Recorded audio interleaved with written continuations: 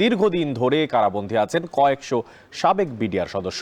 আজ ঢাকার আলিয়া মাদ্রাসায় স্থাপিত অস্থায়ী আদালতে জামিন শুনানির কথা রয়েছে, তবে সেখানে আদালত বসতে দেবে না মাদ্রাসা শিক্ষার্থীরা, এমন দাবি করছে তারা। গেট বন্ধ রেখে বকশীবাজারে সড়ক অবরোধ করেছেন তারা। এর আগে বুধবার মধ্যরাতে আগুন লেগে পুড়ে গেছে ঢাকা আলিয়া মাদ্রাসার অস্থায়ী আদালতের এজলাস কক্ষ।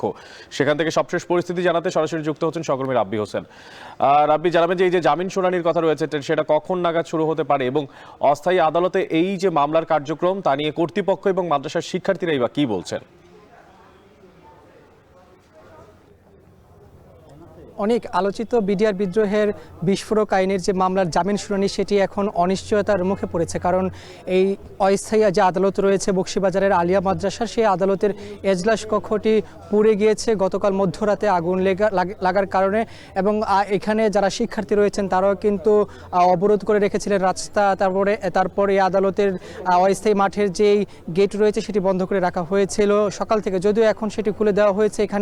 এখানে পরিদর্শন করতে এসেছেন এই মামলা পরিচালনাকারী বিশেষ চিফ পাবলিক প্রসিকিউটর এই বোরহানউদ্দিন। এখানে এসেছেন বিচারক যিনি রয়েছেন ইব্রাহিম মিয়া, বিশেষ ট্রাইব্যুনাল 2 এর বিচারক, তিনি এখানে এসে পরিদর্শন করেছেন। এবং এখানের যে পরিবেশ সেটি দেখে আসলে আজ করা যাচ্ছে যে এখানে মামলা পরিচালনা করার জন্য বা আজকের এই শুনানি হওয়ার জন্য যেই পরিবেশ পরিস্থিতি সেটি একেবারেই এখানে নেই। তবে কিছুক্ষণের মধ্যে যেহেতু আনুষ্ঠানিক আসলে ব্রিফিং করা হবে, জানানো হবে যে আজকের এই শুনানির কার্যক্রমটি হবে কি হবে না, সেই বিষয়টি পরবর্তীতে জানানো যাবে। তবে আমরা ভিতরের যে পরিবেশটি দেখেছি সেখানে বিচারক যিনি বসে থাকেন, সেখানে যেই চেয়ার রয়েছে, টেবিল রয়েছে, সবগুলো আসলে পুড়ে গিয়েছে।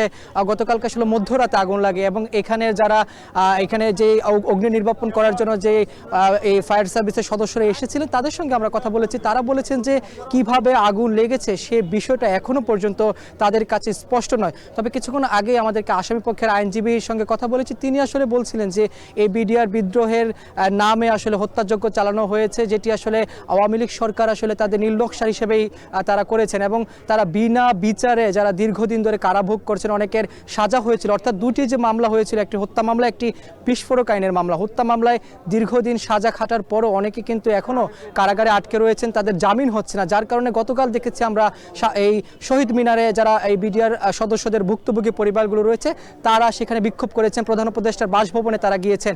এবং আজকে সকালবেলাও আমরা সেই পরিবেশটা কিন্তু দেখেছি। তবে আসামিপক্ষের আইনজীবীরা বলছেন যে এখানে একটি ভুল রায়ের কারণে তারা দীর্ঘদিন ধরে নির্যাতনের শিকার হচ্ছে কারাগারের ভেতরে। এবং তারা বলছেন যেহেতু একটি এফআইআর এর মাধ্যমে দুটি মামলা হয়েছে, সেখানে একসঙ্গে বিচার কার্য করার সঙ্গে সাক্ষ্য গ্রহণটা 2 মামলার একসঙ্গে হওয়ার কথা থাকলেও সেই মামলায় আমরা দেখেছি হত্যা মামলায় সাক্ষ্য গ্রহণ চলেছে, হত্যা মামলায় রায় হয়েছে। কিন্তু এই বিস্ফোরক আইনের মামলাটি এখনও কার্যক্রম চলমান থাকার কারণে অনেকেই কিন্তু কয়েকশো বিডিআর সদস্যরা এখনও কারাগারে আটকে রয়েছেন, তাদের জামিন হচ্ছে না। সেই কারণে কিন্তু তারা বিভিন্ন সময় আদালত প্রাঙ্গণে আমরা দেখেছি এই বিচারিক আদালতের প্রাঙ্গণে তারা বিক্ষোভ করেছেন যারা এই ভুক্তভোগী পরিবারগুলো রয়েছে। তবে আজকে যেহেতু তাদের জামিন শুনানি হওয়ার কথা রয়েছে, সেটি এখন পর্যন্ত আসলে দোদুল্যমান অবস্থাতেই রয়েছে যে আদৌ সেই শুনানিটি হবে কিনা। তবে আসলে ধারণা করে বলা যায় যে যেহেতু এজলাসের যে পুরো রুমটি আসলে পরিবেশ এখন নেই, পুড়ে গিয়েছে, সেই কারণে আজকে শুনানিটি এখন পর্যন্ত অনিশ্চয়তার মুখেই রয়েছে। এই ছিল আমার কাছে